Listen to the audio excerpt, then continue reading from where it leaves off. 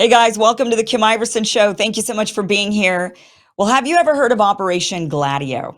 So Operation Gladio was a covert NATO and CIA operation that built secret armies across Europe, allegedly to fend off a Soviet invasion. Sounds reasonable, right? But here's the catch. These stay-behind networks weren't just waiting around for the Soviets. In Italy, they're linked to false flag terror attacks, bombings that killed innocent civilians, all to discredit left-wing movements and manipulate politics. Think that couldn't happen? Well, think again. The mainstream media ignored it for decades, but the truth is out there. How far did this go? Who was really pulling the strings? And why does no one want to talk about it? Well, tonight's show is going to leave you questioning everything you thought you knew about the forces ruling our nation and the world. All right, tonight we're going to be talking with Colonel Roxanne Towner Watkins. Colonel Towner Watkins entered the Air Force in 1979. She served as an aircraft maintenance technician until 1985. In 1985, she was selected for the Reserve Officer Training Corps program. Upon graduation, she held positions in personnel, including deployed PERSCO team chief and aide-de-camp during Operation Private Comfort in Iraq, as well as forward deployed PERSCO team chief. She was assigned to the Pentagon in 1995, where she was responsible for a $2 billion training and readiness budget prior to being selected as an executive officer for the general officer in the Pentagon. She was assigned to the United States Central Command in 1992 and was a member of General Frank's staff on 9/11. The command immediately transitioned to the warfighter for Operation Enduring Freedom and began preparation for Operation Iraqi Freedom. She was selected to attend the Distinguished Air War College at Maxwell Air Force Base in 2002, where she specialized in Southeast Asia. She has served in various commander positions. She was responsible for the combat readiness of over 13,000 Air Force members, supporting worldwide combat operations for the United States Air Force. Now that she's retired, among doing other things, she exposes what Operation Gladio was and what she says still is. And what she has to expose is quite alarming. So let's get to the show. Colonel Towner Watkins, welcome to the show. Thank you so much for being here. Thank you for having me. Okay, let's get into this Operation Gladio. You say that, okay, the Cliff Notes version that we read about online is just that, a Cliff Notes version. It doesn't go deeper into what the operation really is. And when we do research on this, the assertion is that it's over. This was something during the Cold War. A lot of weird stuff happened during the Cold War, but you're saying, no, this stuff is still going on. And you're here to really expose this operation and the fact that it is still going on. So let's break down first what this operation really was and is. So in terminology, Operation Gladio, the word Gladio means in Italian short sword, like stabbing people in the back type of thing. And Operation Gladio was initially created in the aftermath of World War II. And it was sold to all of the NATO countries, to include the United States, as an anti-communist operation. We have to create these stay-behind units. We're going to use ordinary citizens. You can think of them as a militia. And we are going to train them. We're going to give them caches of weapons, explosives, communication equipment, and money that's going to be buried in a local town or a forest nearby. And if the communist comes over the Volga Gap into Europe, we would mobilize these militia Gladio type entities, and they would fall in on their caches of weapons. They would come in from behind and basically protect their local communities. However, they were never used for that. They were used exclusively for domestic violence. They were used exclusively in terrorists within the countries throughout Europe. If you look at the tube bombings in England, if you look at the train bombings in Spain in the 1990s, if you look at the Bologna train bombing in Italy, they all track back to these trained operators and these caches of weapons. And in the aftermath of the only real investigation into this operation, which was done in 1990 in Italy, actually in the late 80s, but it was revealed in 1990. And I can tell you the exact date because the weird thing about this operation when I first discovered it was the dates and how they matched up to things that happened to me personally. For example, I got assigned to Italy. My date that I entered the country was 2 August 1990. It was my first overseas assignment. I was a lieutenant. I was totally psyched about living in Italy for 3 years, only to find out during this investigation that the day Andreotti, the prime minister of Italy, announced the fact that they had this operation and then it was responsible for domestic terrorism was the 2nd of August 1990. So the whole investigation and the revealing of it happened while I was over there, but I never heard the term Gladio. I had always heard it referred to as strategy of tension. And during the revealing of this and the revelations of who had began exposing it, they would assassinate judges, prosecutors, reporters. Anybody that talked about this operation was murdered. Wow. And so I'm thinking it's just mafia activity, right? There's people, 5 prosecutors were killed, or judges, sorry, in Sicily on one day. And I'm like, that's crazy. But it was kind of passed off as being mafia associated. But anyway, so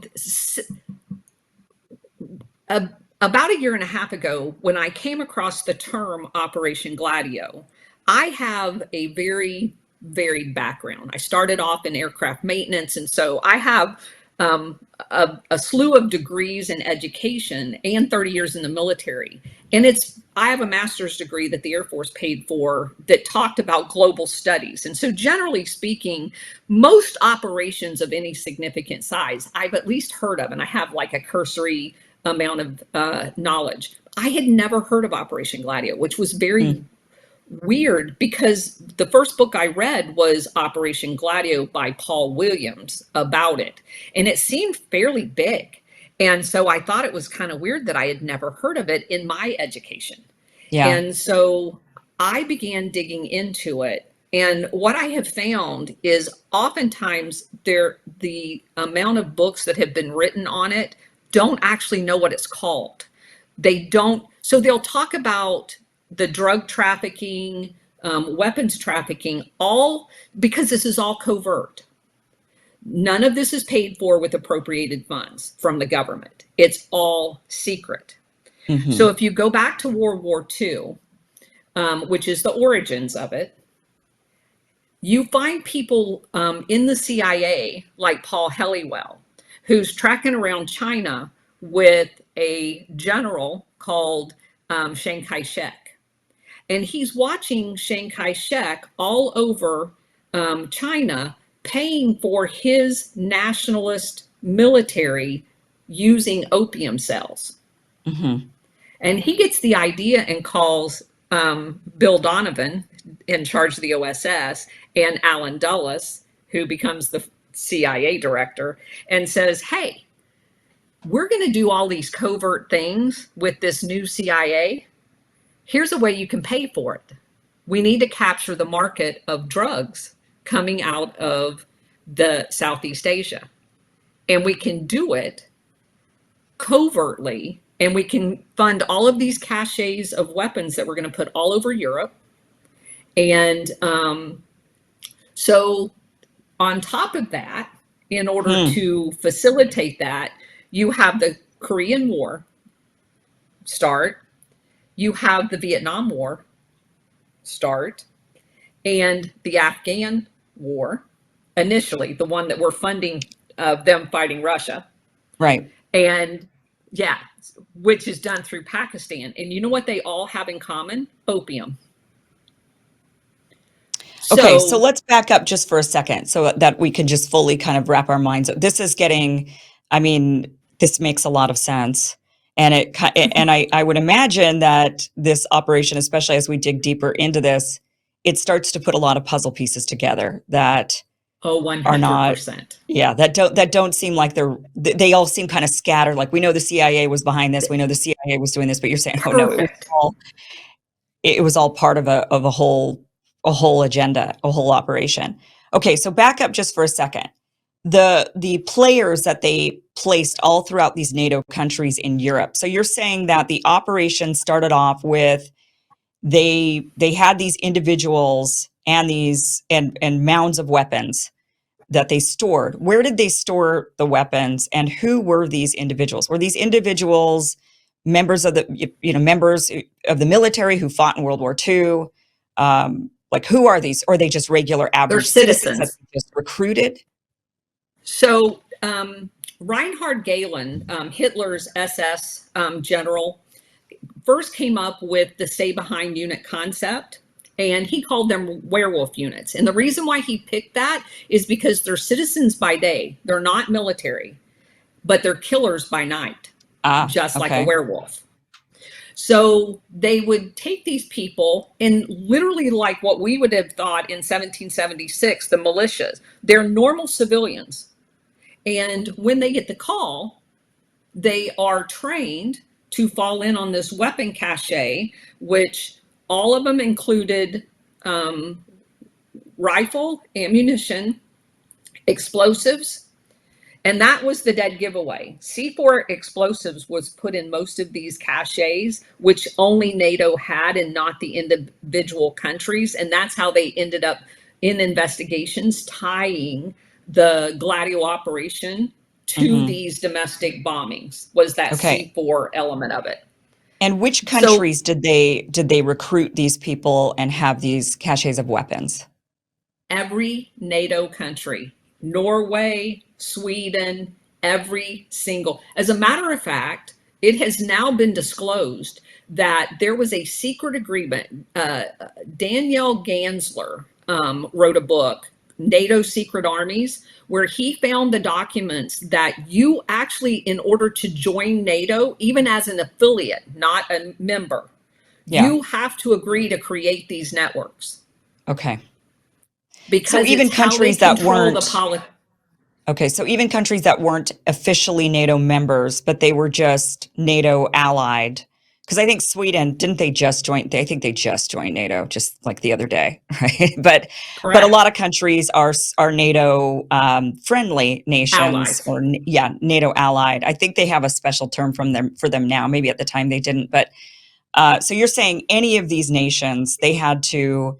So who did they approach to set this up in each individual nation? Did they go to the prime minister or president of these nations? Did they go to their spy agencies? Like, who would they have gone to? Because if Yes. Italy ultimately does this investigation and they uncover it, the government initiated that investigation, which means the government didn't really know about this.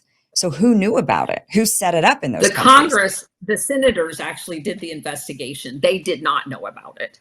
The majority of the leadership did. And in Italy, it was a very interesting dynamic. They created, in the aftermath of World War II, a Masonic order called P2, Propaganda Duo, meaning two. Hmm. And a lot of the officers throughout the government that were part of the Gladio network were all members of P2 Lodge. And this thing ends up going all over the world because they take the P2 Lodge, and for South America operations, which was referred to as Operation Condor, where they couped all of the governments in South America and installed fascist dictators. It was done, orchestrated primarily out of Argentina, which is where they had relocated a lot of the Nazi Yeah. general officers. That's why I'm saying, Kim, you were very perceptive when you say it puts a lot of pieces together, because once you understand this entire operation, so much of what's going on today makes sense, because these were set up in Ukraine as well.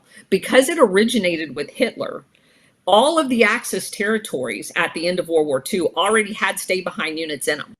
Hungary, Romania, all of them, Hmm. to include Germany, to include France.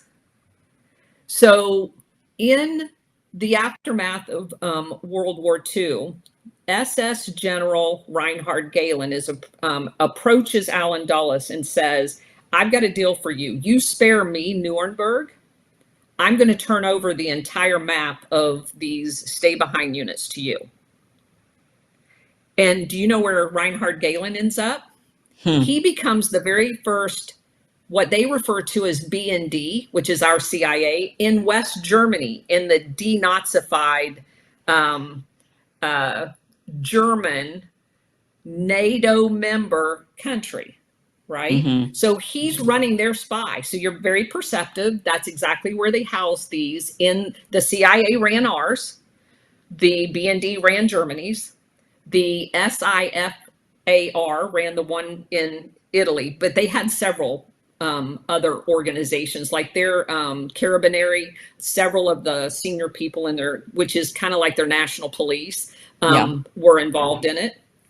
And that's the case all over Europe. So in the aftermath of World War II, as they're training these, they also saved the trainer that Reinhard Gehlen used for the Nazi stay behind unit concept. His name's Otto Skorzeny. Have you ever heard of him? Mm-mm.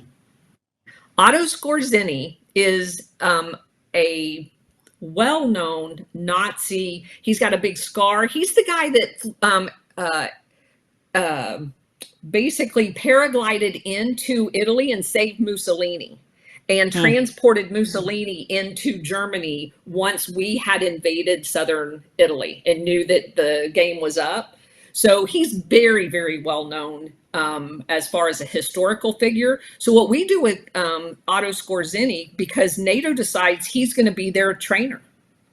All of these countries in Europe, they're going to bring him in and have the former Nazi train them on how to do stay behind operations, how to shoot, I could how to. I could literally do an entire show on just the Nazis we saved, just like how Oh, I mean, that alone is a topic that people should know more about, is just how we didn't really truly we just repurposed all of these Nazis for our own.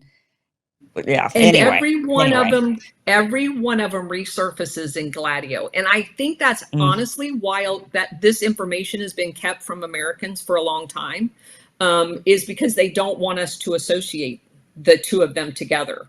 We not only imported them here, but we obviously helped import them into South America, and we did it for control. yeah. Many of the US corporations, and so that probably needs to be said. Some people would go, well, why are they doing this outside of just control? What I have come to realize is I use the word international syndicate. I'm sure you're aware of Mike Benz. He uses the word Yeah. blob, but the blob is too. I always think of Jello when I think of the blob. It's not like evil. This is actually evil. This international criminal syndicate that has colluded together and used the world government implements that were implemented after World War II, the UN, the World Bank, the IMF, they're all pieces of this puzzle. The Hmm. paramilitary part of it is Operation Gladio, ran out of NATO, but it is just one of many segments. And they use these instruments to dominate the countries around the world. Thank you so much for watching. This was just a clip from the longer, larger show that you can catch Monday through Friday, 5 p.m. Pacific, 8 p.m. Eastern, at KimIversonShow.com. That'll route you to the platform where you need to be in order to get the full uncensored show every Monday through Friday, 5 p.m. Pacific, 8 p.m. Eastern. Click on that link, watch the full interview. See you there.